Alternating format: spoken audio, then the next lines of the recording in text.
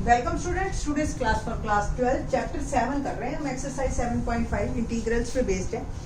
Question number 9 और 10 पे हैं हम, और थोड़े से ये लेंदी हैं और है बिल्कुल 7-8 की तरह। इन क्वेश्चंस में क्या फर्क है पिछले क्वेश्चन से? इसमें आपको क्यूबिक एक नॉर्मल क्यूबिक दे रखी है। अभी तक आपको लीनियर फैक्टर बने बनाए मिल रहे थे, ठीक है, डिनोमिनेटर में। अब आपको वो भी बनाने हैं, तो बहुत सिंपल आएंगे, ऐसा कोई बहुत टफ नहीं आएगा। देखिए जैसे इस तरीके का है, x cube minus x square, मैं इसी पे ही कर देती हूँ। The given integrand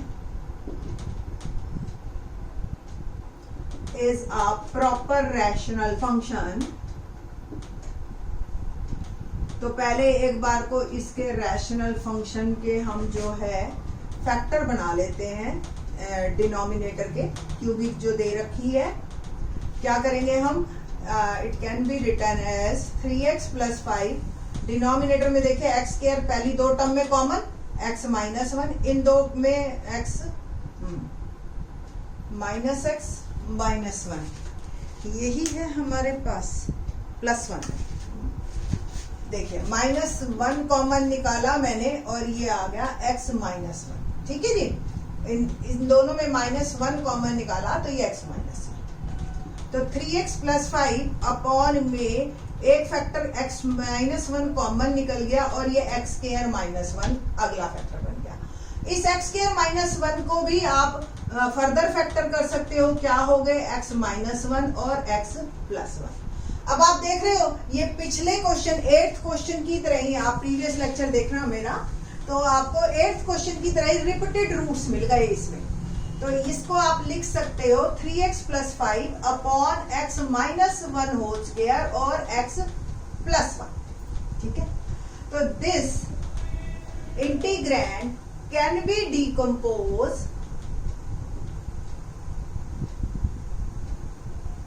like this, या रिटन एज, जो भी आप वर्ड लिखिए, 3x + 5 x - 1 whole square x + 1 equal to a upon x - 1 repeated है तो अगली टर्म में स्क्वायर आएगा और c अपॉन x + 1। इस तरीके के आपकी डिकम्पोजिशन होगी। बस अब तो आपको पिछले ही क्वेश्चन की तरह करना है। एलसीएम लिया मैंने x - 1 का होल स्क्वायर और x + 1। जब इससे डिवाइड किया तो एक x - 1 बच गया और एक x + 1 बच गया। सेम b जब इससे डिवाइड किया तो सिर्फ x + 1 बचा, और c जब इससे डिवाइड किया तो मेरा आया x - 1 होल स्क्वायर। सेम इधर न्यूमरेटर में मेरे पास 3x + 5 x - 1 होल स्क्वायर और x + 1।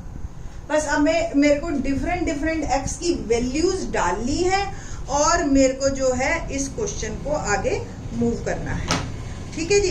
तो लेट्स डू। आगे क्या करेंगे अब हम? Simple put x = 1 in numerator of both side, ठीक है जी। तो क्या आया? ये 3x की जगह 1 + 5a 1 - 1 1 + 1, x की जगह क्या डाला? 1 plus b 1 + 1 plus c 1 - 1। Okay, देखिए जी अब ये तो हो गया आपका 8, और ये देखिए 1 - 1 0, 0 into something 0, same 0 into something 0। सिर्फ यहां से आपके पास b की टर्म आएगी, दैट इज 2b, और b की वैल्यू आ गई 8/2, दैट इज 4, ठीक है। सेम हम पुट करेंगे x = -1 in numerator of both side. तो अब हमने डाला x की जगह -1 + 5 और a -1 - 1 -1 + 1 b -1 + 1 और c -1 - 1 whole square. -1 + 1 0, 0 into something 0, -1 + 1 0 into something. a और b तो कैंसिल हो गए। यहां से आपको -1 -1 -2 और -2 का स्क्वायर 4 4c, और इधर से आपने सॉल्व किया 2। तो c की वैल्यू कुल मिला के मेरे पास आ गई 2/4 बिकम 1/2। तो यहां दो टर्म से मेरे पास एक तो c आ गया 1/2 और एक मेरे पास आ गया b, है ना, b इज 4। बस अब मेरे को जो है वो a निकालना है, ठीक है। तो put x is equal to 1 से भी बात बन गई, -1 से भी बन गई, और तो कोई फैक्टर है नहीं तो 0 डाल दो। Put x is equal to 0 in numerator of both side. 3 0 plus 5 a 0 -1 0 plus 1 b 0 plus 1 c 0 -1 whole square. ये 0 इंटू समथिंग 0 और ये आ गया 5। यहाँ पे 0 -1 प्लस 1 -1 रह गया अल्टीमेटली प्रोडक्ट, और -1 को a से किया तो माइनस, प्लस b और -1 का स्क्वायर दैट इज 1c। ठीक है जी, b और c की वैल्यू डालते हैं। b आ गया 4 और c आ गया 1/2। तो a को इधर कर दीजिए, 4 प्लस 1/2 और 5 को उधर ले जाइए। 4 माइनस 5 मैं पहले थोड़ा सा सॉल्व भी कर लेती हूँ, फिर फ्रैक्शन को सॉल्व करेंगे। 2 LCM -2 plus 1 it will become -1। a b c मेरे अब तीनों आ चुके हैं, है ना। तो तीनों आने के बाद अब बस हमें a b c पुट करने हैं। So the given integrand can be written as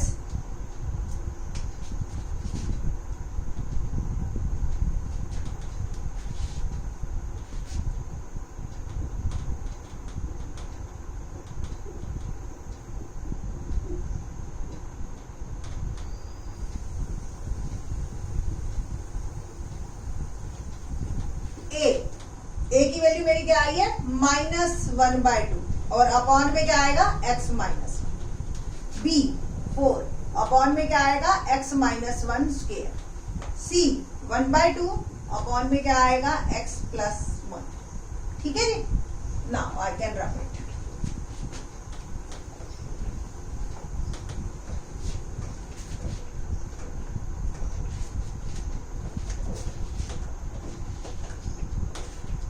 तो integration of 3x plus 5 x minus 1 whole square x plus 1 equal to dx -1/2 upon x minus 1 dx plus 4 upon x minus 1 square dx plus 1/2 upon x plus 1 dx। ठीक है जी, -1/2 बार इसका integration हो गया log x minus 1 plus 4 बाहर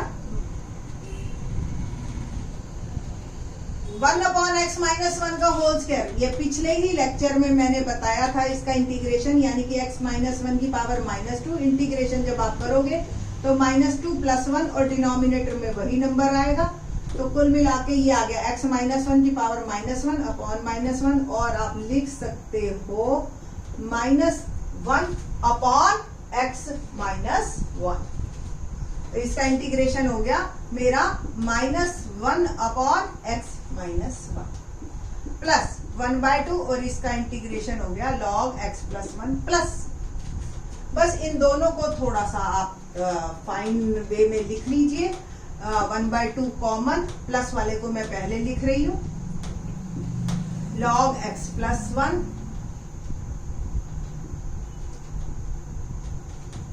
minus log x minus 1 plus c।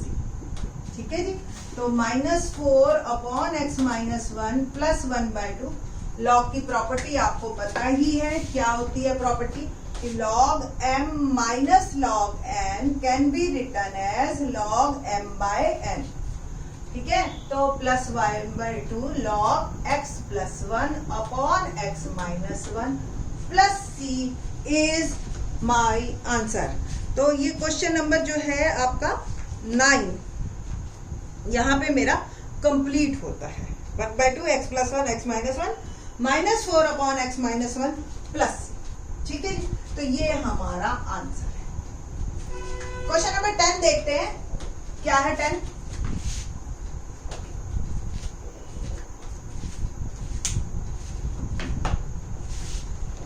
To x minus 3 dx upon में जो denominator की cubic दे रखी है हमें, वो है एक्स स्क्वायर माइनस 1 और 2x प्लस 3, ये दे। ठीक है जी, question number 10।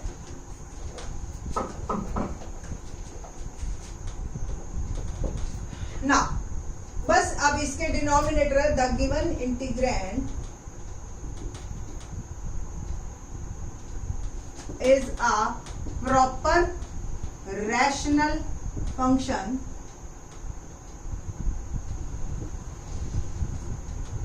so can be decomposed like 2x minus 3 और इसके मैंने फैक्टर कर लिए x स्क्वायर माइनस 1 के, क्या हो गए x माइनस 1 x प्लस 1 और 2x प्लस 3। और इसके अब तो 3 लीनियर है, कोई प्रॉब्लम नहीं, कोई रिपीटेड नहीं, कोई क्वाड्रेटिक नहीं, इसमें कोई प्रॉब्लम नहीं है। ये सीधा सीधा क्वेश्चन है आपका। a upon x minus 1, b upon x plus 1 और c upon 2x plus 3। LCM लिया,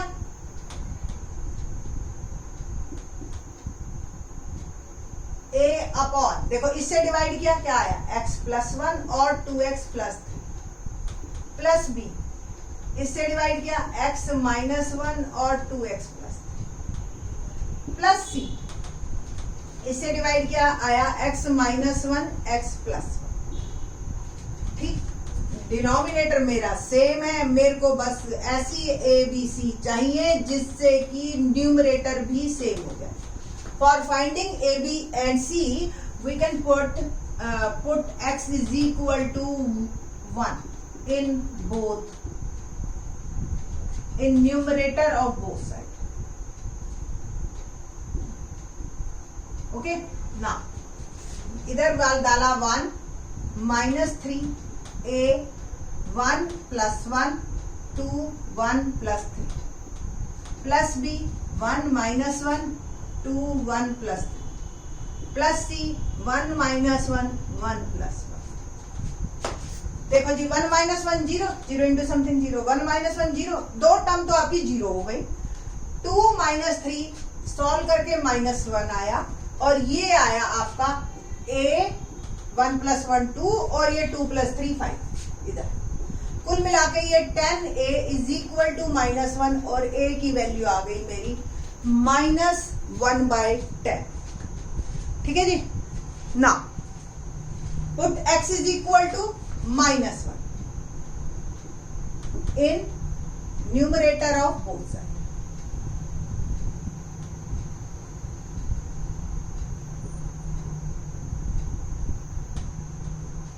Two minus 1 minus 3 a minus 1 plus 1 2 minus 1 plus 3 plus b minus 1 minus 1 2 minus 1 plus 3 plus c minus 1 minus 1 minus 1 plus 1। देखिए जी, ये minus 1 plus 1 0, a वाली term पूरी 0, same minus 1 plus 1 0, c वाली term 0, b वाली बचेगी। और इधर से देखिए तो माइनस 2 माइनस 3 माइनस 5 बच गया और इधर बच गया b माइनस 2 और इधर से माइनस 2 प्लस 3 1। कुल मिला के minus 2b is equal to minus 5 और b की वैल्यू आ गई मेरी 5/2। अब बस हमें a निकालना है और c निकालना है। a आ गया, b आ गया। Now put x is equal to, अब क्या डालें हम, देखो -1 डाल दिया, 1 डाल दिया, अब यहां से डालेंगे तो 2x प्लस 3 को अगर मैं 0 के बराबर रखूं तो x की वैल्यू आ गई मेरी -3/2। बस यही डाल देते हैं सीधा। तो put x is equal to -3/2 in numerator of both side. क्या है जी न्यूमरेटर? 2x माइनस 3, 2 -3/2 -3, है ना, इक्वल टू जहां भी a है x है वहां पे -3/2 डालना है मैंने, -3/2 + 1 2 -3/2 + 3 प्लस b -3/2 -1 और 2 -3/2 + 3 प्लस c -3/2 -1 और -3/2 प्लस ये। अब आप देख रहे हो ये टर्म 0, ये टर्म 0, a और b हो गए 0, यहां से 2 से 2 कटा, ये आ गया -6 और c वाली टर्म बचेगी आपकी -3/2 और -1 बन गया -5/2 और -3/2 + 1 बन गया -1/2। कुल मिला के मेरे पास ओवरऑल जो आया वो है कि -6 = 5/4। देखो माइनस माइनस प्लस, 5 1 = 5, 2 2 = 4, c। तो c की वैल्यू आ गई -6 4/5, ठीक है जी। और आप लिख सकते हो c = -24/5। ये आ गए हमारे a b c। नाउ बस अब हमें जो है so the given integrand can be written as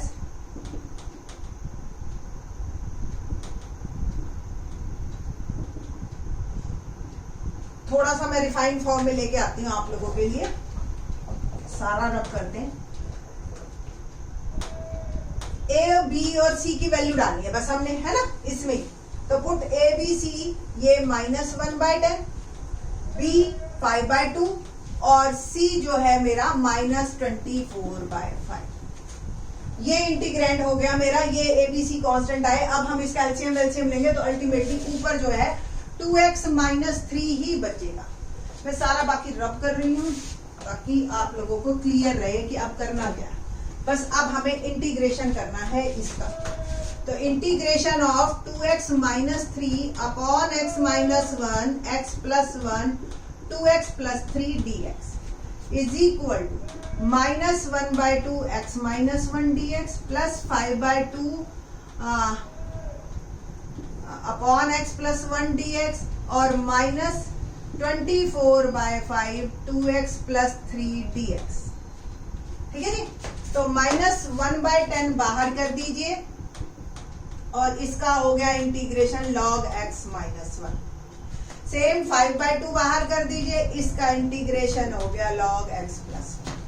same इसको भी 24/5 को बाहर कर दीजिए और इसका integration 2x + 3 plus c is my answer.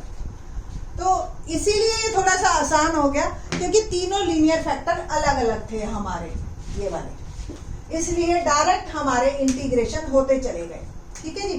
तो आई थिंक सो आप लोगों को 10 क्वेश्चन करने के बाद इस एक्सरसाइज का ये पता चल गया कि किसी भी तरह का रैशनल फंक्शन है अगर, तो हम उसका इंटीग्रेशन कर सकते हैं एक सिस्टमैटिक ढंग से, ठीक है। आपको सारे रूल्स पता हैं अब। और अब थोड़े से लेंथी क्वेश्चन है, मुश्किल नहीं है, पार्शियल से तो बहुत ही आसान हो जाते हैं क्योंकि आप ये देखिए सारा जो है ना ये इसको एबीसी फाइंड आउट करने का पोर्शन है। ये आपका इंटीग्रेशन का रूल तो सिर्फ इतना है आखिरी की एक लाइन में।